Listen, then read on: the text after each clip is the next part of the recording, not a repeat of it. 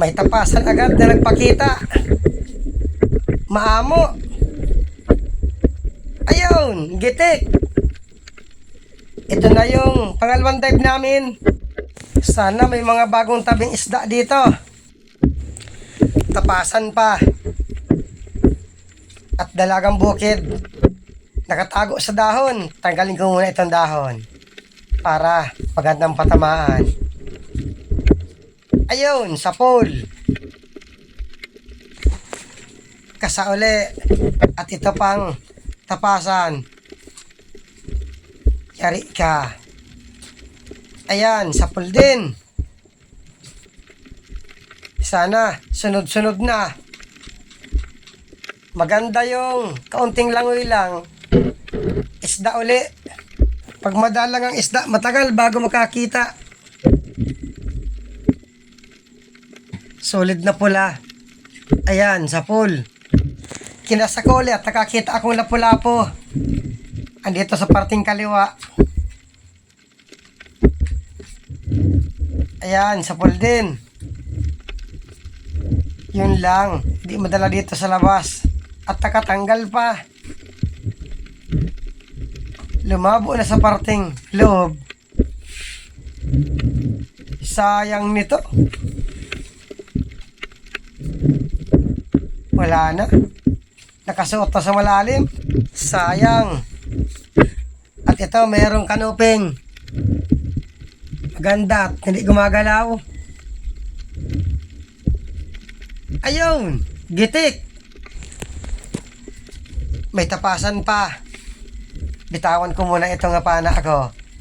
Sabay kasa. Ayun, gitik din. Aba, maganda ang mga patama. Dito sa kanuping, hindi nakalampas ang pana. Buti at nasinter kagad sa parting utak. Ops, solid. Solid na budlawan. Ayan, sa pool. Butat hindi nakapunit. At ito meron pang manitis. Kasamuna. Masarap itong paksiwin. Ayan, sa pool pa.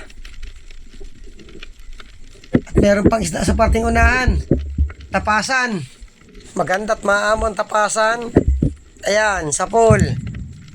Pali tatlo. Solid manitis sa tapasan. Tapasan or dungis ang kilalang tawag dito. Itong solid, masarap dito. Kilaw. Ito namang manitis. Paksiw. Or prito. Poset. Kala ako maalis na. Hindi pala. Ayan, sa pool. Kahit poset maamo. Ganito kapag magalaw ang ilalim ng tubig. Maamo ang mga isda. Pero hindi para pareho. Minsan mailap. May puset pa. Puset, kanoos, or nokos kung tawagin dito. Ayan, sa pool. Calamaris na masarap na luto dito. Kahit sa adobo sa toyo, masarap din. Mas masarap ito sa kulambutan. Talagbago, dalawa. Ito munang isa at papasok na sa butas. Ayan, sa pool. Kasauli. Buti hindi lumayo itong isa. Alanganin ng pwesto. Tumago na. Yan lang. Ayan, sa pool pa. Dito naman sa Talagbago, masarap dito, paksiw or prito. Minsan, nasa baw rin kami nito. Masarap pa ito sa danggit. Hanap uli. May napansin akong sulit dito. Nasa pinakailalim. Ayun, gitik.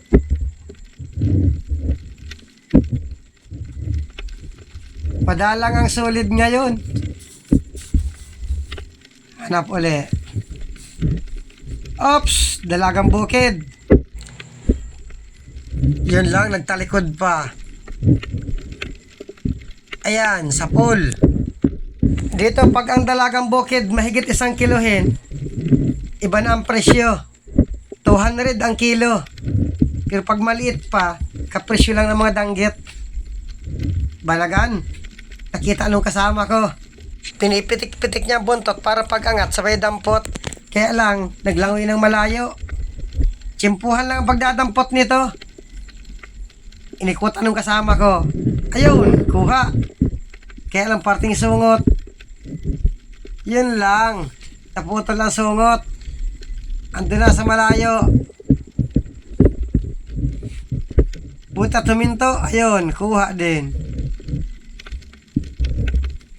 Ganitong kulay ng banagan. Bulik kung tawagin dito. Mura na ang banagan. 800 na lang ang kilo. Itong malaking bato, parang tirahan ito ng isda. Tingnan ko. Wala. Ay ito, meron pala. Solid. Yari ka. Ayun, sa pool. Walang kasama. Nasaan na kaya ang kasama nito? Baka napaano anong kasama ko. May napansin agad akong lapu-lapo. Sibungin orsono. Kaya lang na naharangan ng dahon. Tanggalin ko muna itong dahon para magandang patamaan. Sisiguraduhin ko na ito.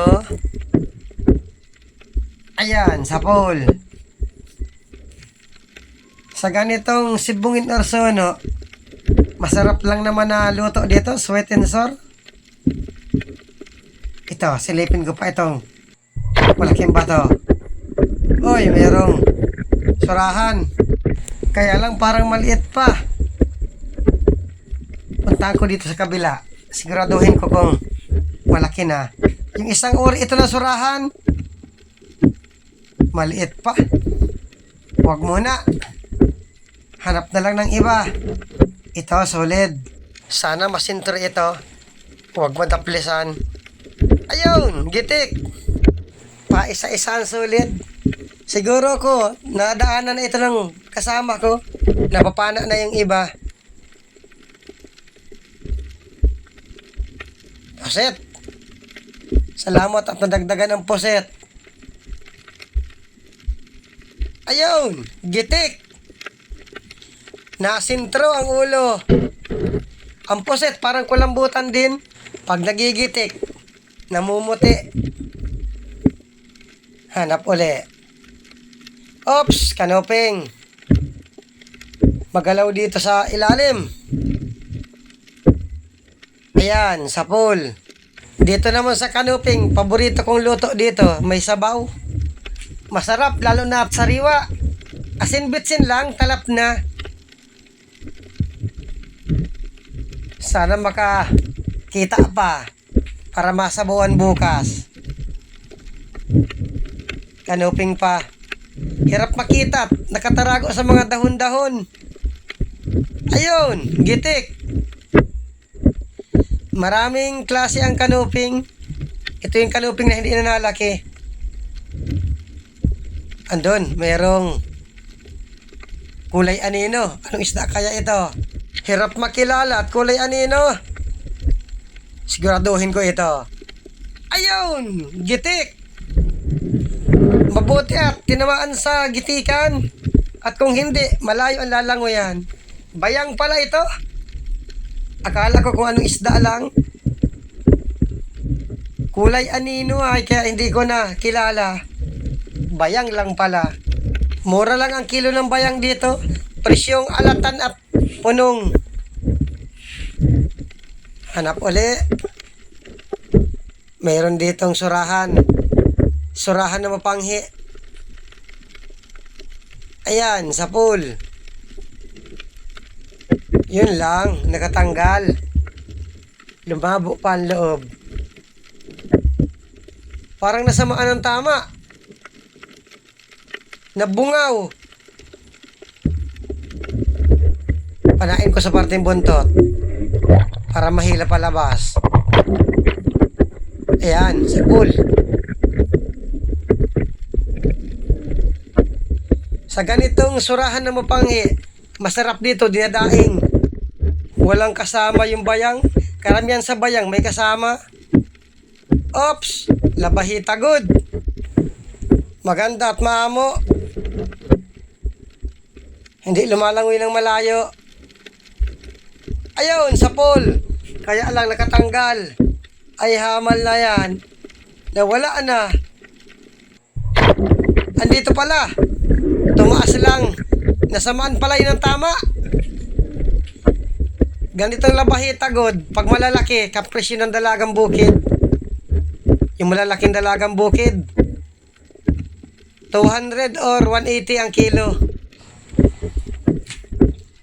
Ops, balatan. Ay salamat at nakabalatan din. Ito yung pinakamahal na balatan. Kabangin, kung tawagin dito. Na 1K ang isang piraso nito kapag big. Ito mga medium lang. 500 din lang ito. Ay salamat at may pang dagdag sa pandordogtong. Sana meron pa. Ops, puset. Maamo din. Yari ka. Ayun, sa pool. Marami-rami ng kakalamares. Salamat at nadagdagan pa. At dito nag-akit na rin kami sa bangka. Maraming salamat sa panonood. Ayos pa man ang pangalawang dive. Kala ko kung anong isda lang yung kulay anino. Bayang lang pala. At pagkalagay nito sa kahon, nag-uwi na rin kami.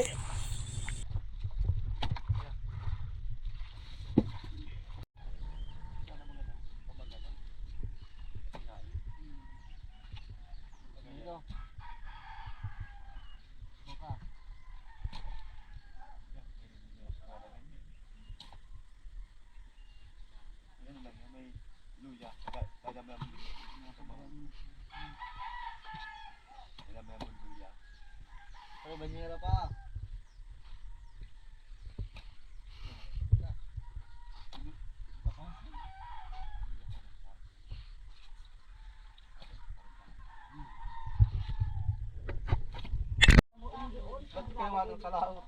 Pahinga talaga kami. Sila, hindi kating si Andoy. Saan na yun?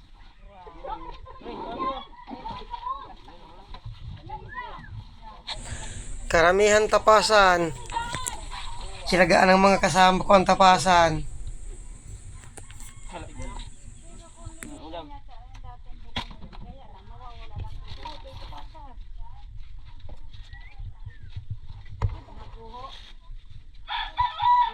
Ang sarang ulam ito.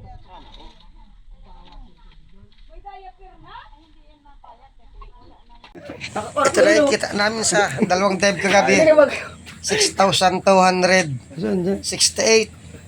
Buwa.